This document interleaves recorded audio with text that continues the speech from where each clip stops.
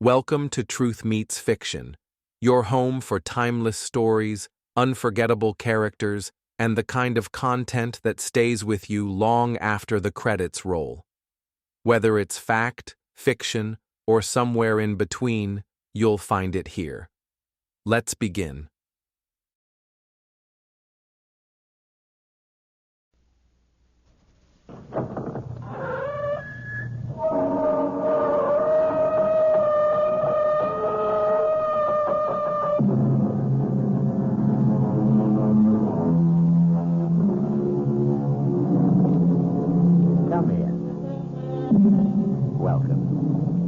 I'm E.G. Marshall.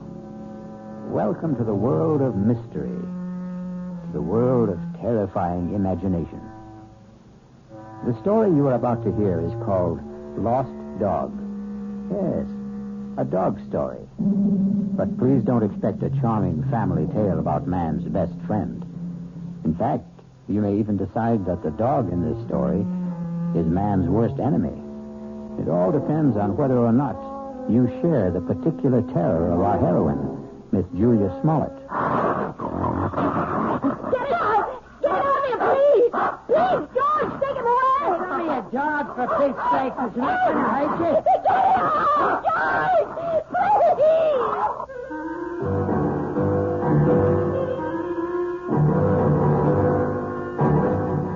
Our mystery drama, Lost Dog, was written especially for the Mystery Theater by Henry Slessor and stars Kim Hunter.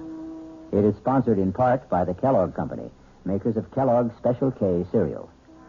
I'll return shortly with Act One.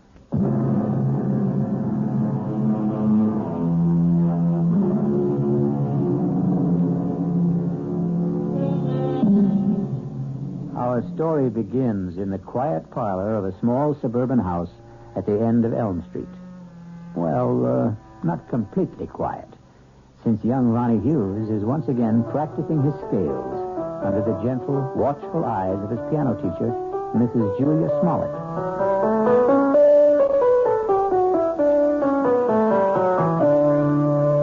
Well, that was very good, Ronnie. It was much better than last time.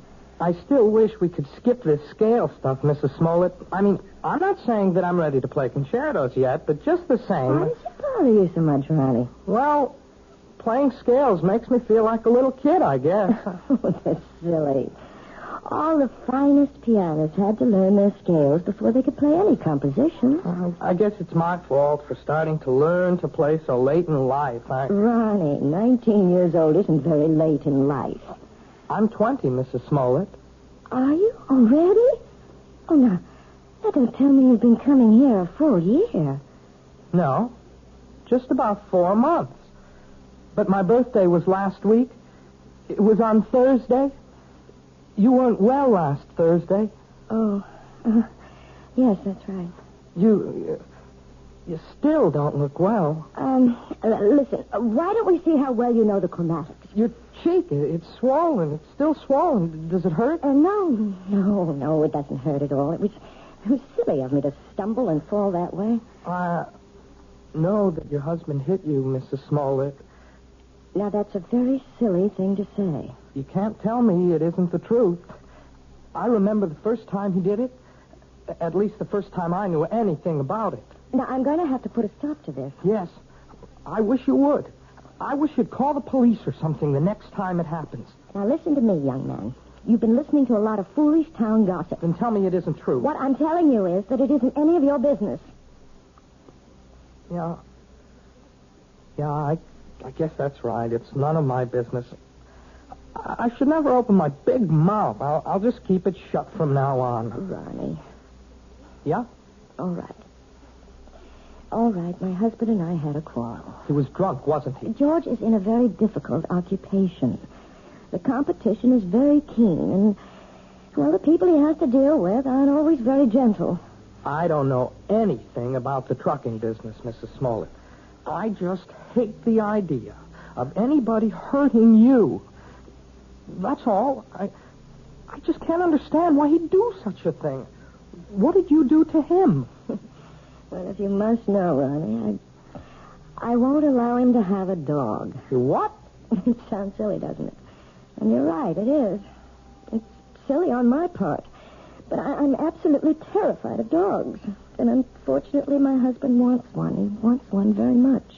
And that's why he hit you? Well, the argument goes back a very long ways, almost since George and I were married 7 years ago. Well, it wasn't much of a problem when we lived in the city. George didn't have his trucking company then. He was just a driver. But when he got the chance to buy into a firm out here, well, we bought this house. And I guess having a house in the country made George think about dogs and things. But I just don't see what's so important about it. Well, some things become important in marriage. Oh, now, just look what all this talk has done to the time. It's after 6:30. My husband's going to be home in half an hour, and I haven't even started dinner. Will he beat you for that, too? Ronnie, if you keep talking this way, well, I just don't think it would be wise to continue giving you lessons. You don't mean that. I'll see you on Thursday, Ronnie. Yeah. Sure. Bye, Mrs. Smollett. Goodbye, Ronnie. And happy birthday, Ronnie.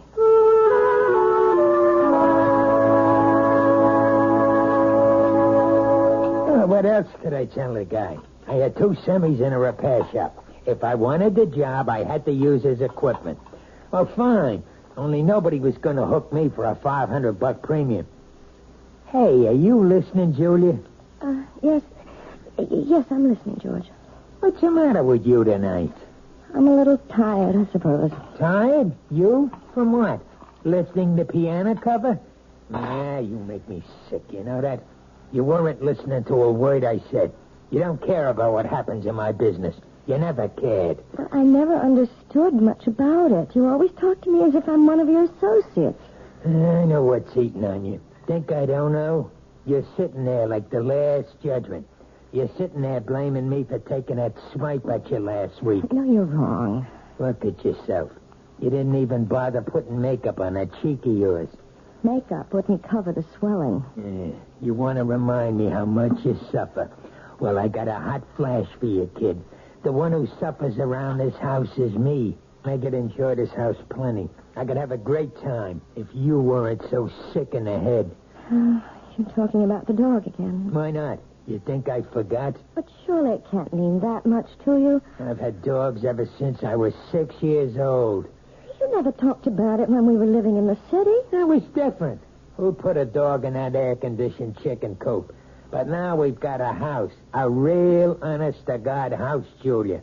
A house needs a dog. Oh, George, you know I feel terrible about saying no, but I can't help myself.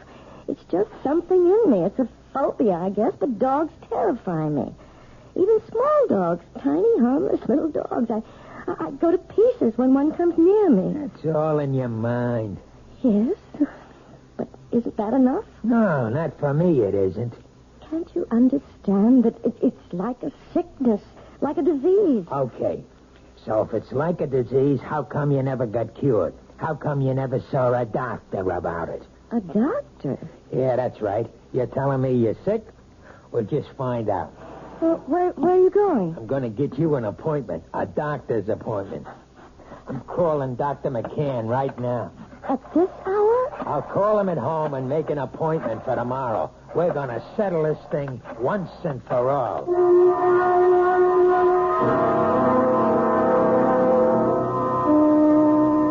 Well, Julia, maybe I'm the wrong kind of doctor. What do you mean? Well, if you're serious about getting rid of this phobia, that would take a specialist. You mean a psychiatrist? Oh, some kind of head doctor. I'm sure you realize that people who are afraid of certain things, well, they've usually had something happen to them in their childhoods, some traumatic experience or other that gets stuck in their mind like a burr and won't come out. Doctor, you know we couldn't possibly afford going through analysis. George's company isn't doing that well. He'd never stand for paying all that money week after week. Well, maybe you don't need all that couch stuff. Maybe there's something else you might try. Like what? you ever hear of hypnotherapy? You mean getting hypnotized by someone? Not just by someone. I mean someone who can put you under and maybe help cure you of this thing. I'm not saying it always works, but it does sometimes. Oh, I don't know. The thought sort of frightens me. Nothing frightening about it. It might be just the way to find out why you're really afraid of dogs.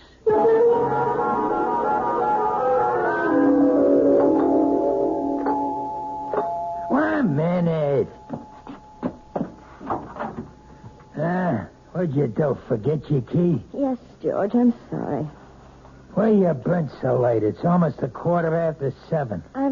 I went to a movie after I saw Dr. McCann. I was just so nervous. I had to get out of myself, so I went to this movie, and it lasted longer than I thought it would. Oh, that's great. Just great. Now what happens to my dinner, huh? Dinner's all ready. All I have to do is heat it. That's a fine thing. I come home early to surprise you. You're not even here. I'm sorry, George.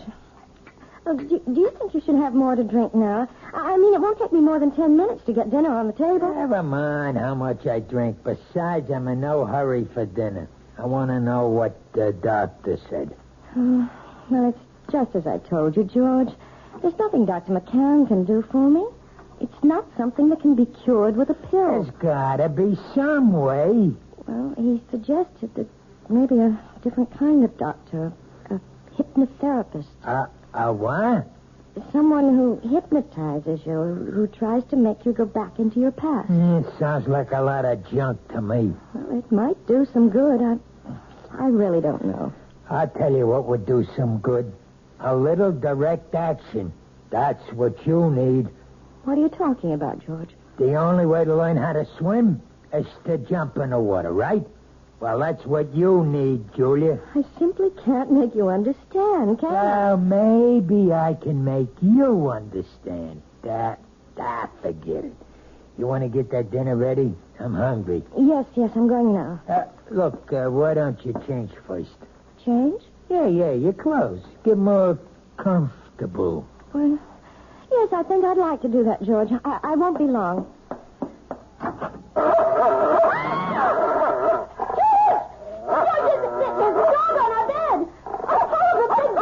Take it easy. That's my surprise. That's it. Tell her. Please, George, take him away. It's only a dog, for Pete's sake. He's not going to hurt you. Get it out, George!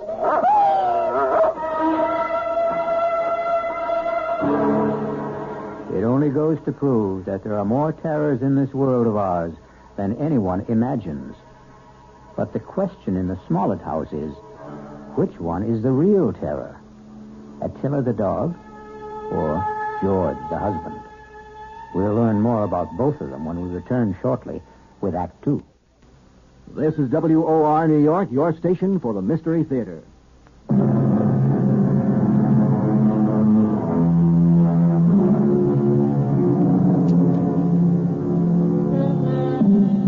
Now let's return to the plight of Mrs. Julia Smollett, the woman whose nightmares take the shape of a barking dog. How long do you want me to board the animal, Mr. Smollett? I don't know. Until that wife of mine gets her head on straight, I guess. Beg your pardon? My wife doesn't like dogs. Took one look at Attila and screamed the house down. Well, some women get scared of Dobermans. This dog's only 6 months old, for Pete's sake. Practically a puppy. Can you board my dog until my wife gets through with her treatment? Treatment? I don't think I understand. Just give me a straight answer. Oh, yes, sir. Certainly. We'll take the dog for as long as you like. We'll see how long that is.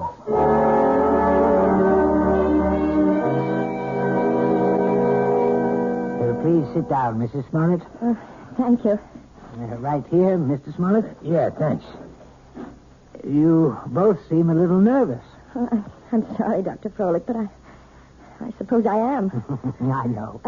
Dr. McCann explained to me.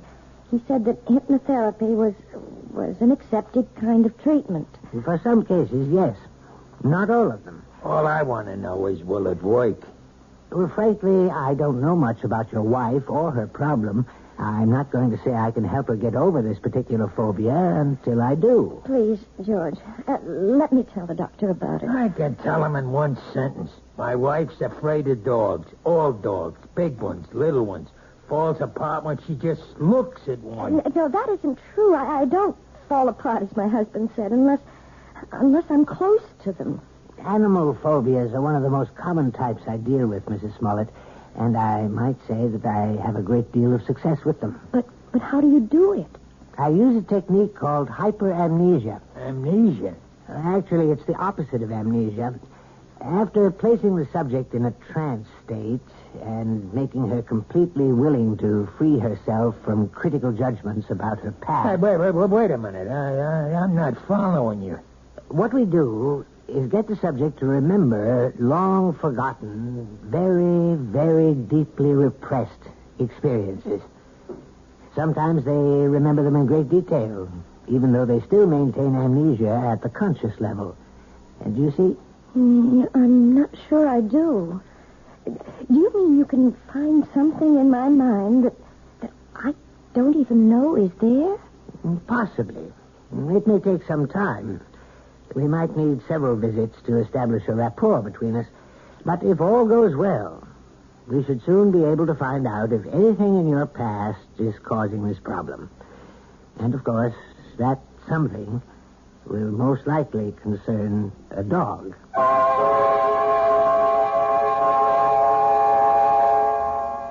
That wasn't one of Hank's longest passes, but it was a bullet right at Joe Flax, deep in enemy territory. George? 3 minutes left in the half. You home already? Whether or not the Raiders will try to go all the way. Well, what happened? How'd it go at Folix? It was all very strange. Well, come on, let's hear it. Did he get you hypnotized or didn't he? Look, I just want to hang my coat up. Look, I'm missing a big game just because I want to hear. You might as well turn it on again, George, because all that Dr. Froelich did was what he called the first stages. What does that mean? I mean, well, he put me under all right. There wasn't any problem about that. Yeah, I figured that. Tell me what he said about the dog. He didn't say anything, George. Oh, what do you mean? Just that. He didn't start talking about my problem. That's going to have to wait until I'm more receptive. What's he trying to do? Keep stringing you along until he bleeds me dry?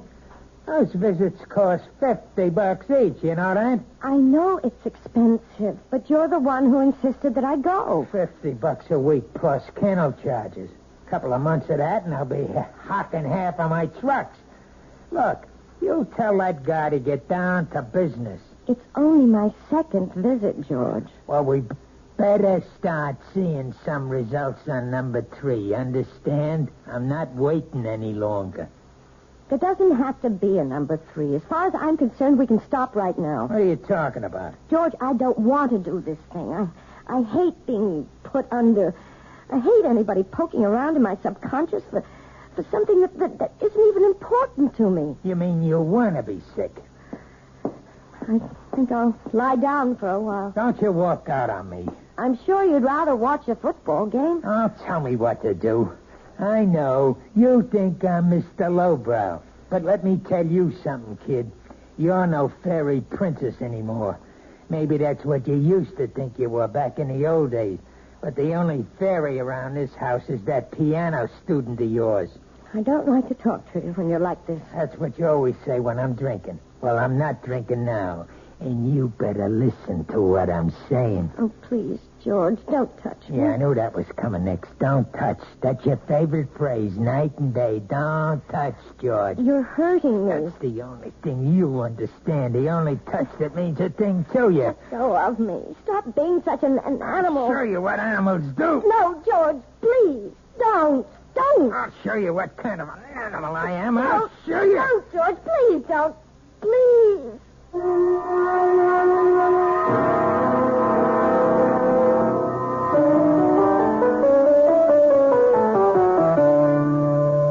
Well, I guess that wasn't much better, was it? What? You didn't think much of the performance. I mean, it wasn't exactly Horowitz, was it? No, it was perfectly all right, Ronnie, really. But you're not all right, are you? Oh, yes, I'm fine. You look awful. No, I didn't mean that. You never look awful. But you're acting so funny today. I'm sorry. I guess I have something on my mind. Can I take a guess? No. What you can take is the next page of this lesson. Listen, Mrs. Small. Look. Can I call you Julia? Oh, really, Ronnie? I know. You're going to give me all that stuff about teacher-student relationship. Only I'm sick of calling you Mrs. Smollett. I hate it. I hate it because it's his name. Ronnie. No. You're the most important thing in my whole life. Please, Ronnie. I don't want you to say things like that. They're not true, and they're just making it impossible for me to teach you. You know how I feel about you. I'm sure you do. You're just too smart not to have seen it. I know that you're 20 years old. Is that why you don't want me to talk about it? Because I'm younger than you are? It's flattering that you feel that way, Ronnie, but I know it's just a little crush you have. Boys go through that sort of thing all the time. Boys? Crush? Look, you're treating me like a kid.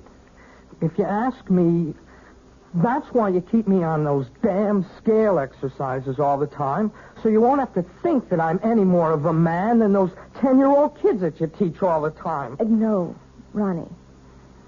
I know you're a man. Of course I do. Well, and if you think that, treat me like one. Just once. Please. Please. Let me kiss you, Julia. Just once. Ronnie. Please, Julia. What is it? What's the matter? It's nothing. I just bruised my neck a little, and when you touched it... Your neck? Yes, it's nothing. Is that why you're wearing the scarf today? Let me see. No, Ronnie, don't. Oh, my God. It was just an accident. Nothing but an accident. You're all bruised. Your whole neck. Look at it. I can see more bruises. Down the shoulder. What did he do to you? Look, please don't talk about it. I can't bear to talk about it. You don't have to. Julia, you don't have to. But he's going to talk about it. With me.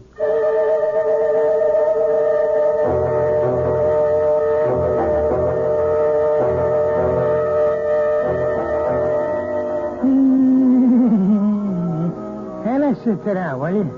Doesn't that bring back memories? Hey, Julia. What? That song. We used to dance to it, remember? In a girl room, first year we were married. Hey, you want a drink? No, thanks. You're drinking enough for both of us. Makes me feel good. Yes, I know. I should think about wives. They ought to do what their husbands do. A man needs a pal, not just a wife. I'm sorry that I'm not a pal, George. That's why I need a dog, you understand? A man's got to have a friend. Somebody who understands him, you see? You really think that dog, what's his name, would understand you? His name's Attila. Attila. That's an awful name for a dog. A frightening name. Everything scares you, even names. Oh, who the heck is that? I don't know. Hello, Mr. Smollett. Hey, what is this? Since when do you give piano lessons at night, Julia? Ronnie, what are you doing here? I didn't come for a lesson. I came to talk to Mr. Smollett. You want to talk to me? About what? May I please come in, sir? Yeah, sure. Come on, Sonny. Ronnie, you shouldn't have come here. I won't stay long. I just want to say something to your husband. Sure, kid. Go ahead. I wanted to say that I know what you're doing to Julia. I know how you've been hurting her, and I won't let you get away with it. What was that? Oh, Ronnie, no. Look, even if she doesn't want to say anything about it, I will. You touch her again, I'll go to the police. I mean that.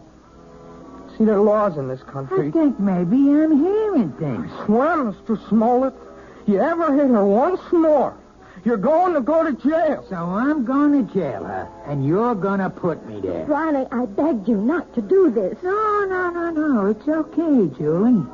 I like hearing this. I mean, I want to know what the younger generation is thinking. You don't want me to hit my wife anymore, is that it? That's it.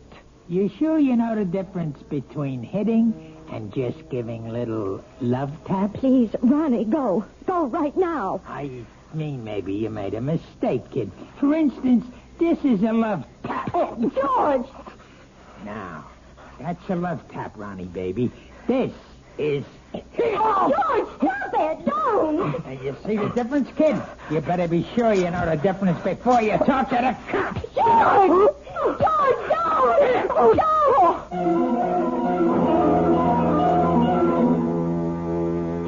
Yes, it's sad to realize that all men who love dogs aren't necessarily lovable themselves. But obviously, George Smollett is a man who believes that brute force trains people as well as animals. He may be right in some respects, but perhaps he should be aware of the old saying that every dog has his day. I'll be back shortly with Act 3.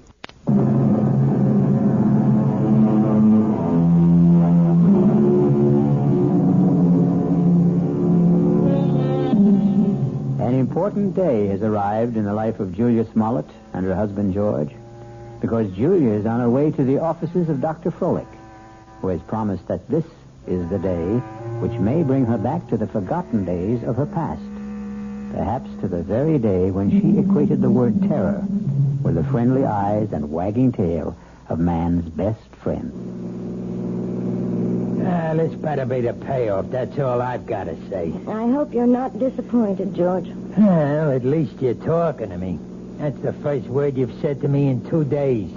I haven't had much to say. Look, the kid Ronnie's all right. I didn't mark him up. He's still as pretty as ever. That worries you, doesn't it? Nobody's got a right to walk into my own house and say those things to me. You have nothing to worry about, George. Yeah, that's what you say.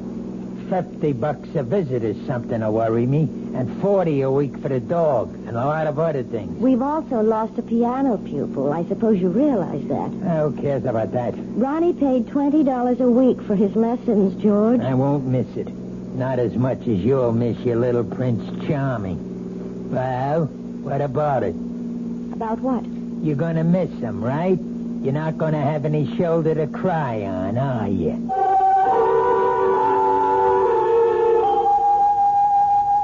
I think I'd better explain exactly what I plan, Mrs. Smollett.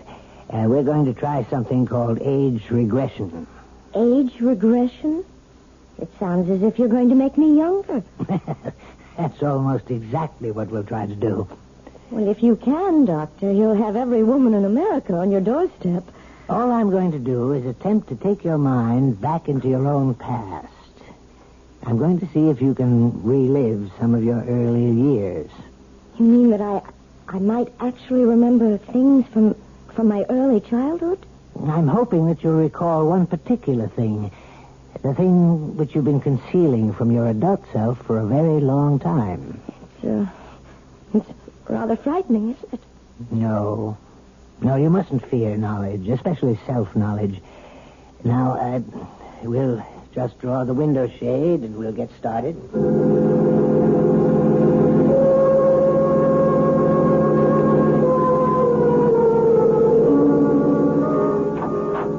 Mr. Smollett, would you like to come inside?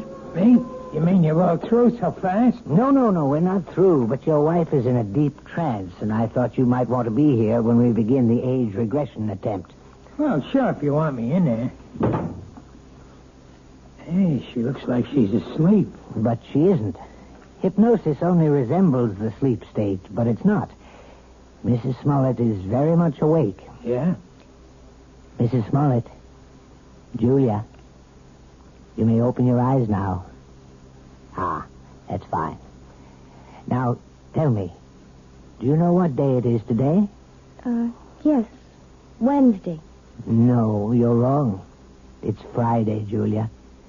Is that right? Yes, Friday.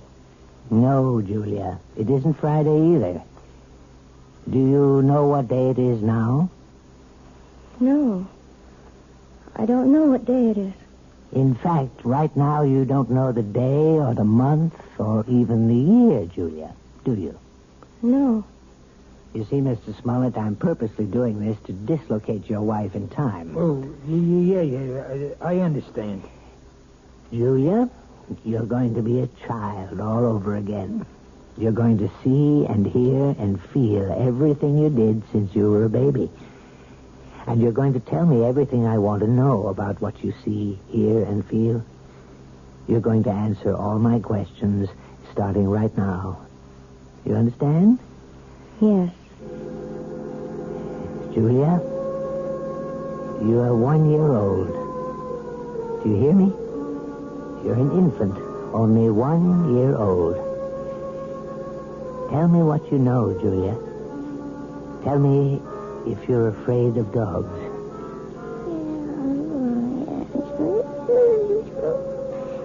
Oh, my God. You sound like a happy baby to me, Julia. I don't think you had any fear of animals when you were a little baby. Did you? Now you're 2 years old, Julia. You can probably say a few words now. Are you afraid of dogs? No. And now you're 3, Julia. You're growing up very quickly. Now you're a big 3-year-old girl. And are you afraid of dogs now, Julia? No. I'm not afraid of Bow Wow. You're 4 years old now, Julia. Tell me if you're afraid of dogs now. It's all right to shake your head as long as you tell me, Julia. Now you're 5. 5 years old. What? Still not afraid of dogs? No. I'm not afraid. Now you're 6, Julia. 6. This can go on forever. Please, Mr. Smollett. Not afraid at 6, Julia? Then let's be 7 years old. You're 7 years old. Still not afraid, are you? Now, what about 8? You're an 8-year-old girl now. Topper. What was that? Topper. Poor Topper. What's she saying? Julia, who is Topper? Is Topper a dog? Topper's my dog. Where is Topper now, Julia? Topper's dead. They put Topper away. Then they killed him, and it's all my fault. What's your fault? What did you do, Julia? No. It's his fault. It's Bobby's fault. Who's he, Julia? Is Bobby a friend of yours? I hate him. He teases me all the time. I'm glad I did it. I'm glad. Only don't kill Topper, please. Please don't kill my dog. Does all this mean something? Yes, it means a great deal, Mr. Smollett. Julia, now please listen. I want you to tell me all about Bobby and Topper. Bobby lives next door. He's 10. He teases me. He pulls my hair. He tore my dress. He put mud in my shoes, and he hit Topper with a rock. Mommy! What happened, Julia? Why are you calling your mother? What's happened to Bobby? He's killed him! He killed him! Who? I warned him. I told him what I would do. I told him. Was it Bobby you warned? Sick him, Topper. Kill him. Kill him. Kill him. Oh, my God. Quiet. Julia, listen to me. I want you to explain everything to me very clearly. Did you tell your dog to hurt Bobby? Yes. Did he hurt Bobby? Did Topper kill him? No, he hurt Bobby. He didn't kill him. He hurt Bobby in the neck, but they killed Topper. They killed my dog. It's my fault. It's my fault. Well, I think we found the lost dog.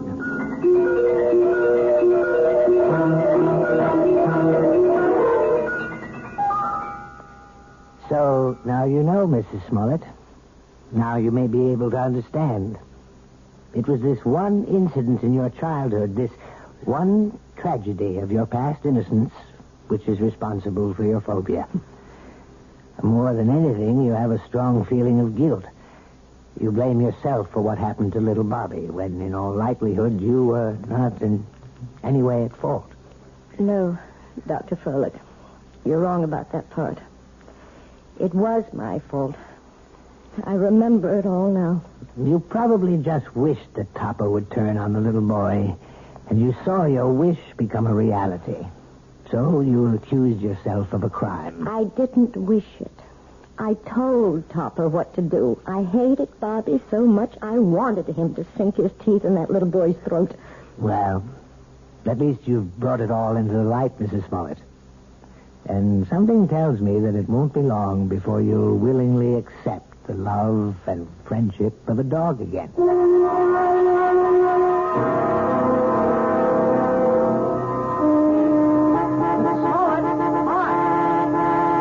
hello, Ronnie. How are you? I'm okay, I guess. That looks like a brand new car you're driving. Oh, yeah, it is. My parents gave it to me for my birthday, but, well, it took a couple of months to get it here from the factory. Well, you see, I wanted a couple of special things done to it. It's very handsome, Ronnie. I'm sure you're enjoying it. Yeah, it's great. I guess you've been shopping, huh? Yes, I have been. Ronnie, maybe you'd like to come inside for a few minutes for some tea or something? I'm afraid I can't right now. See, I'm supposed to pick up Lisa at her house. Lisa? Yeah, Lisa Bryant. We, sort of going steady now. Yes, of course. Well, it was very nice running into you, Ronnie. Yes, it was. Hey, by the way, you're looking, you seem real fine these days, Mrs. Smollett. Yes, Ronnie. I'm really very fine. Now I've got to go inside. It's time to feed Attila. Who? Goodbye, Ronnie.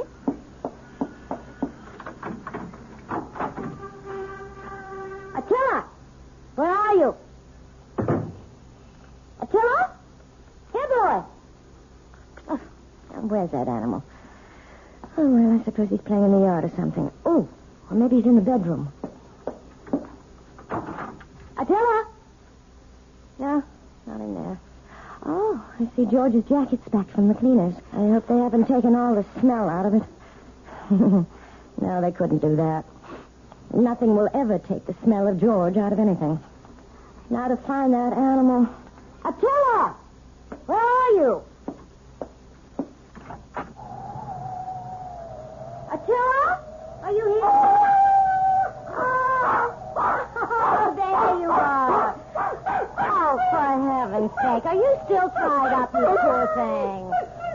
Well, don't worry. I'll have you out of that in a minute. We can't have you tied up, can we, boy? We can't play our little game if you're tied up.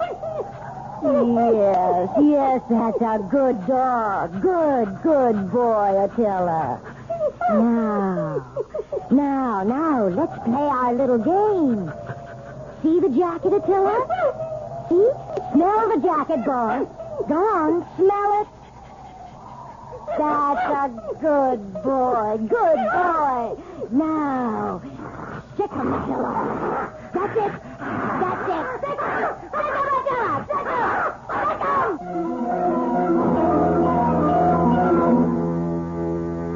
Who said a dog has to be man's best friend? Why not woman's best friend? Especially a woman like Julia, who is just learning how really helpful a dog can be. Or rather, she's remembering how helpful. And one day soon, George Smollett will come home to a very surprising greeting from his own pet. I'll be back shortly.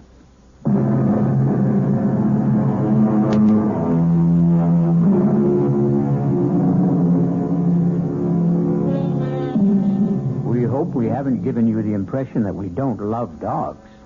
We love them very much, especially since dogs are descended from wolves. And the wolf is not only a fascinating creature, he also does something wonderful for all lovers of mystery stories. He makes this chilling sound. Our cast included Kim Hunter, George Matthews, Robert Dryden, Gil Mack, and Mandy Patinkin. The entire production was under the direction of Hyman Brown. Radio Mystery Theater was sponsored in part by Anheuser-Busch Incorporated, brewers of Budweiser. This is E.G. Marshall inviting you to return to our Mystery Theater for another adventure in the macabre. Until next time, pleasant dreams.